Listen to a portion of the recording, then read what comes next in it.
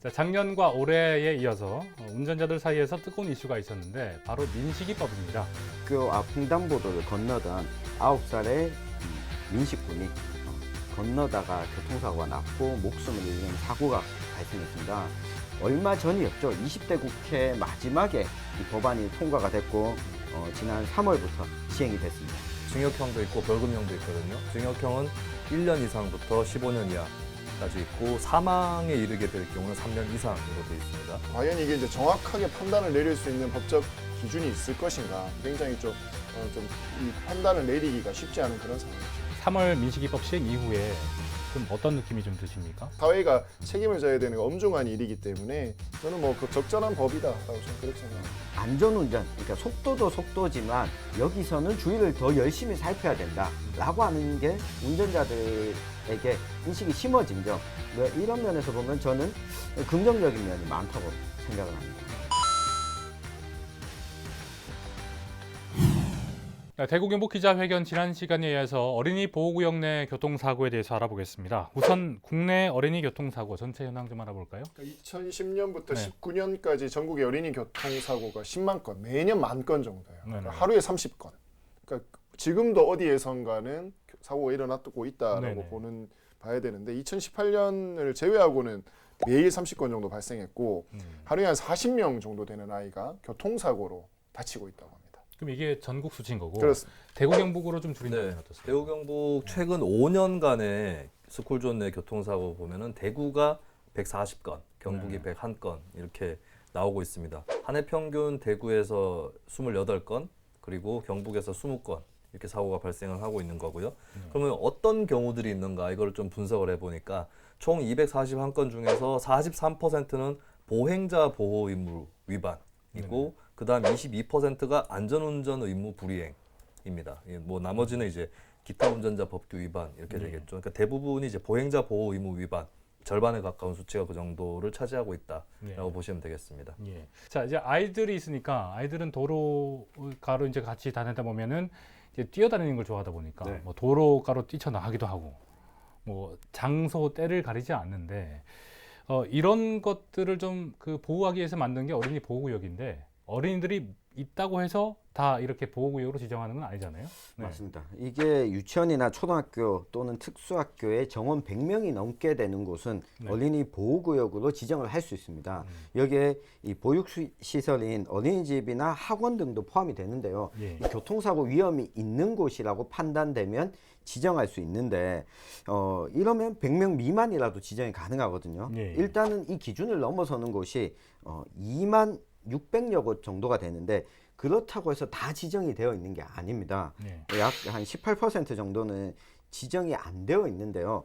우리 지역의 경우에는 어린이 보호구역이 지금 1,900여 곳 정도가 되거든요. 네. 이곳들에 대해서 이 여러 가지 안전장치 그리고 뭐 CCTV 등을 설치하도록 하고 있는데 이것도 이 경찰과 지방자치단체가 예산이 좀 확보가 돼야지 빠르게 진행이 되고 있어서 이 모든 어린이 보호구역에 관련한 뭐 CCTV나 과속 단속 카메라가 지금은 설치되어 있지는 않습니다. 네. 그러면 예산이 확보되는 대로 네. 마련되기까지는 시간이 조금 시간이 걸린다. 조금 걸립니다. 네. 예.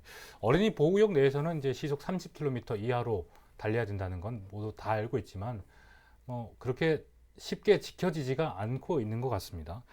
하지만 민식이법 시행 이후에 처벌이 좀 강화되면서 이 과속 위반 건수도 좀 줄었을 것 같은데 어떻습니까? 일단 5월 말 기준으로는 그렇지는 않습니다. 대구의 네. 지난 4월에 이 통계를 보면 지난해 3배 이상이에요. 15,000건. 네. 경북도 지난해 2배 이상 2,500건인데요.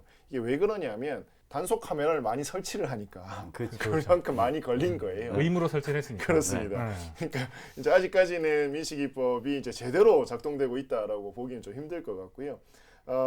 이제 어린이 보호구역 단속 카메라는 그런데 이 보호구역 내에서는 27%밖에 아직 다 못 달았다고 합니다. 네. 그러니까 계속 설치를 할 예정이라고 하거든요. 앞서 청 기자 말씀하셨듯이 예산이 좀 받쳐줘야 되는 일이기 때문에 시간이 좀 걸릴 것 같습니다. 한번 찍혀봐야 그다음부터 맞습니다. 안 걸리려고 네. 신경을 쓰기 때문에 이 민식이법의 적용의 효과는 사실 올 하반기까지 지켜봐야 좀 얼마나 운전자들이 이걸 인식하고 있는지 확인할 수 있을 것 같습니다. 그리고 코로나 때도 검진 잘하는 나라에서 확진자가 초창기에 좀 빨리 불어났잖아요. 네. 그런 것처럼 이게 일단 설치를 했기 때문에 더 걸린 게 아닐까? 그렇죠. 그렇게 네. 볼 수 있겠네요. 포항의 한 초등학교 앞 도로입니다. 어린이 보호구역이 무색할 정도로 도로 양쪽은 불법 주정차 차량들이 차지하고 있습니다. 그런데 도로가에는 인도나 안전 펜스조차 없어 아침 등굣길에는 학생과 차량이 뒤엉켜 다니고 있습니다. 특히 키가 작은 저학년들은 주차 차량에 운전자의 시야가 가려져 사고 위험이 더 높지만 이곳에도 어린이 보호구역을 알리는 표지판이 전부입니다. 게다가 인도와 차도의 경계도 불분명해 기본적인 안전장치도 없는 곳도 적지 않습니다. 스쿨존 내에 발생하는 사고를 보면은 갓길에 대놓은 불법 주정차들 때문에 어린이들이 도로로 뛰쳐나오는 게 미처 보지 못해서 사고가 발생하는 경우가 있는데 네. 하지만 이게 민식이법 시행 이후도 아직까지 이런 불법 주정차가 좀 심하지 않습니까? 예, 대구 같은 경우는 전체 불법 주정차 건수가 69만 4천여 건, 굉장히 많죠. 이 중에서 어린이 보호구역 불법 주정차는 2만 8천 건이에요. 계산해 보면은 네. 4%인데 이게 참고로 단속 건수입니다. 실제로 불법 주정차를 한 것을 체크한 것이 아니라. 근데 운전자분들 아마 아니 4%만 스쿨존 사례란 말인가 아마 공감을 못 하실 것 같아요. 그만큼 이제 단속이 좀 부진했던 것이 아닌가 이런 의심이 나올 수밖에 없죠. 예. 거기 뭐 지금 의무적으로 단속 카메라를 설치했다 하더라도 대부분 계도 기간인 곳도 많고요. 그렇기 때문에 좀 이런 단속 건수가 좀 줄진 않았나. 뭐 그렇게도 좀 볼 네. 수가 있겠습니다. 자, 어린이 보호구역 내에 불법 주정차를 주민들이 직접 신고를 하게 되면 과태료가 부과되는 걸로 좀 바뀌기도 했죠. 네, 불법 네. 주정차 문제는 사실 공무원들 재량이 많이 크게 작동을 했었죠, 지금까지. 그래서 뭐 골목 상권이나 전통시장 이런 데는 좀 신경을 써서 조금 안 해주기도 하고 그랬었는데 어린이 보호구역만큼은 그렇게 하지 않겠다. 그러니까 공무원이 단속을 하든 말든 간에 네. 그 주민들이 지나가다가 찍어서 어플에 올리면 공무원 단속 없이도 바로 과태료를 부과할 수 있도록 그렇게 제도가 바뀌고 있습니다. 6월 29일부터 시행이 되고 있는 것이고 참고로 이제 시간대는 평일 오전 8시부터 오후 8시까지 12시간 동안 적용이 되는 것이죠. 그리고 벌금 이 과태료도 부과 수준이 올라가는 건데요. 승용차의 경우는 이제 일반 도로의 2배가 아니라 이제 3배 수준으로 3배. 12만 원으로 네. 이 불법 주정차 과태료가 올라가기 때문에 웃고 따따블로 가네. 네. 그렇습니다. 그래서 이런 것들을 종합적으로 고려해서 올해는 네. 더 신경을 써서 앞으로 이제 불법 주정차는 적어도 스쿨존에서는 근절시키도록 해야겠죠. 과태료가 12만 원이면 상당히 좀 부담 가는 금액인데 아이들을 좀 등하교시키는 학부모 입장에서 보면은 이게 부담이 아닐 수가 없겠어요. 어떻습니까? 그러니까 이게 이제 뭐 좀 여러 가지 좀 보완책들도 마련이 돼야 되거든요. 네. 특히 이제 등하교 시킬 때 보면 진짜 학교 앞에 아수라장일 때 엄청 많아요. 특히 비 오는 날. 정말 뭐 어떻게 할 수가 없거든요. 그러니까 기본적인 인프라들을 좀 구축을 해놔놓고 또 어떤 이 시민들한테 이 법을 지켜라라고 좀 도와줘야 될 것 같은데 네. 충남 태안 초등학교에서 학교 옆에 공용 주차장이 있는데 여기를 활용해서 드라이브스루 방식으로 지금 그 승하차를 하기 시작했다라고 합니다. 이런 드라이브스루 방식. 뭐 이런 것들도 이제 네. 좀 뭐 학교 건물 앞에서 이제 한 20초만 이렇게 하니까 뭐 등교가 굉장히 좀 원활하게 진행이 되는 경우도 있는데 기본적으로 저는 우리나라 이 학교 어떤 설계 자체에서 학생들이 보다 좀 안전하게 걸어 다닐 수 있는 부분들을 좀 확충을 해줘야 되고요. 그리고 네. 스쿨버스 같은 것들 좀 제도들 좀 획기적으로 마련을 해야 됩니다. 그러니까 자가용을 원활하게 타게끔 학교에 만들어 주는 게 목표가 아니라 네. 자가용을 아예 그냥 못 타게끔 만들어 주는 거. 네. 그러니까 이거를 좀 정책적으로 가야죠. 그렇죠. 저희 아이가 다니고 있는 학교 운영위원회 이 안건이 올라왔습니다. 운영위원회 또 네, 계시잖아요. 제가 학교 운영위원인데 어, 이 자리 욕심이 많으세요. 골목길이거든요. 학교 정문이. 그래서 2차선 일반 도로가 아니라 그냥 알아서 차들끼리 조정해서 가는 이곳에 이 스쿨존 과태료 부과 때문에 이 학부모들이 그러면 우리는 주차를 어디 하냐. 잠깐이라도 정차를 했다가 과태료를 물게 되면 어떻게 하냐. 학교 쪽에서 이렇게 뭐 태양같이 승하차할 수 있는 공간이라도 마련해 달라. 그런데 도로변에서는 이걸 또 확보할 수 없거든요. 그렇죠. 확보할 수 없고 그래서 이 교문이라든가 주변에 이 뭐 공용 주차장들을 활용할 수 있는 공간을 좀 만들어 달라. 이걸 지금 학교에 건의한 상황인데 이런 학교들이 저의 아이 학교만 있지는 않을 거거든요. 모든 학부모들 다 네, 그렇죠. 모든 학교들이 대부분 이런 상황들이 펼쳐질 텐데 이럴 때는 사실 교육청 차원에서 좀 지침이나 가이드라인이 필요해 보이거든요. 민식이법 시행하고 나서도 교육청에서는 특별히 움직임이 없어요. 이 CCTV나 단속 카메라 설치는 경찰과 지방자치단체에만 맡겨져 있는데 교육청이 이 협의나 문제 개선을 위한 노력을 좀 함께 해주길 부탁을 좀 드립니다. 이렇게 어린이들을 보호하기 위한 법규가 마련됐고 또 불법 주정차 관련된 단속이 강화됐는데 글쎄 저도 이런 걸 좀 당한 적이 한 번 있는데 아이들이 고의로 갑자기 도로로 뛰쳐나오는 그런 경우도 최근에 뭐 맘카페도 많이 올라오고 있고 이거 요즘 그 자동차 커뮤니티에서 엄청나게 이 사례도 올라옵니다. 네.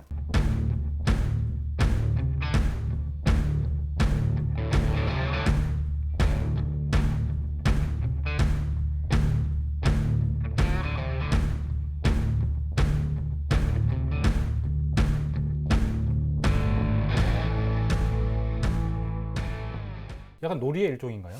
그러니까 이게 민식이법 관련해서 아이들이 일종의 민식이법 놀이. 사실 어떻게 보면 우리가 닭이 먼저냐 달걀이 먼저냐 이런 제도를 만들었으면 거기에 따르는 이 의식 교육도 함께 뒤따라줘야 되거든요. 코로나19가 무서웠던 게 나로 인해서 다른 사람들이 피해를 본다 이거였잖아요. 똑같은 거예요. 그러니까 나의 어떤 행동을 통해서 운전자도 사실 무슨 죄가 있어요. 그러니까요. 그러니까 다른 사람에게 피해를 주는 거니까 이 아이들에 대한 이런 부분에 대한 제대로 된 교육, 학습 이것도 좀 함께 뒤따라야겠죠. 그렇죠. 이거 저 민식이법으로 카메라 돈 해가지고 돈 벌면 네. 이런 거에 돈 써야죠.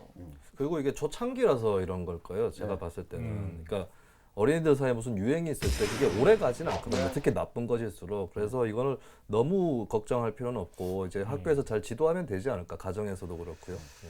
이게 어린이가 아니고 성인이 이렇게 됐다면 보험 사기지 않습니까? 그렇습니다. 자해공갈이죠. 근데 사기로. 또 그런 게 있어요. 또 이제 커뮤니티 사이트들 보면 네. 이 그 어린이들을 또 비하하는 그런 아이들을 이렇게 고라니 같다. 그래서 뭐 합성어 막 만들고 아, 네. 하거든요. 아. 갑자기 툭 튀어나온다고. 예. 운전자들도 그러지는 않았으면 좋겠는데 아이들 존에서는 이게 당연히 우리가 조심을 해야 되는 거거든요. 뭐 이런 부작용들을 없애기 위해서 민식이법 개정안이 지금 발의한다는 얘기가 나오고 있는데 자, 이 부분은 어떻습니까? 네, 이게 시행된 지 9일 만에 네. 민식이법 개정을 요구하는 청와대 청원이 또 올라왔거든요. 이 오는 9월쯤에는 민식이법 개정안을 발의할 예정이라고 하는데 예. 어떻게 보면 이게 그 지난 시간에 우리 김수민 평론가가 이야기한 것처럼 이 법안을 빨리 통과시켜라라고 요구할 때 그리고 국회가 뭐 하냐 그리고 국회의원들도 심지어 여야 내에서 이 민식법 때문에 국회를 열어야 되는데 국회를 못 열고 있다 이런 식으로 이 법안이 무조건 통과돼야 되는 것처럼 이야기를 했다가 지금 와서 이렇게 이야기를 하는 것은 예. 어떻게 보면 우리 정치가 가지고 있는 문제점을 드러낸 게 아닌가 하는 씁쓸함이 좀 들었습니다. 이렇게 법을 떠나서 어린이 보호구역 안에서만큼은 교통사고를 당하는 일이 없어야겠는데 관련해서 대구와 경북에서는 어떤 노력을 좀 하고 있습니까? 네. 민식이법에 대해서 형량에 대한 논란은 있지만 적어도 어린이 안전시설이 확보돼야 된다. 여기에는 이견을 다는 분들이 없고 예. 지자체도 관련한 노력들을 또 하고 있습니다. 대구 같은 경우는 175억 정도를 들어서 예. 안전시설을 보강을 할 예정이고요. 또 어린이 보호구역 내에 불법 노상 주차장은 다 철거하는 그런 방안으로 진행을 하고 있습니다.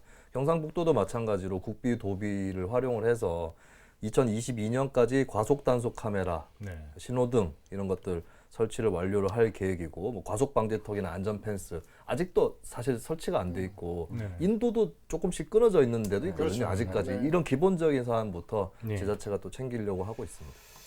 맞습니다. 이 기본적인 사안 외에 교통사고를 줄이기 위한 방법들 어떤 것들이 좀 있겠습니까? 기본적으로 도심 내 도로를 획기적으로 좀 줄여야 됩니다.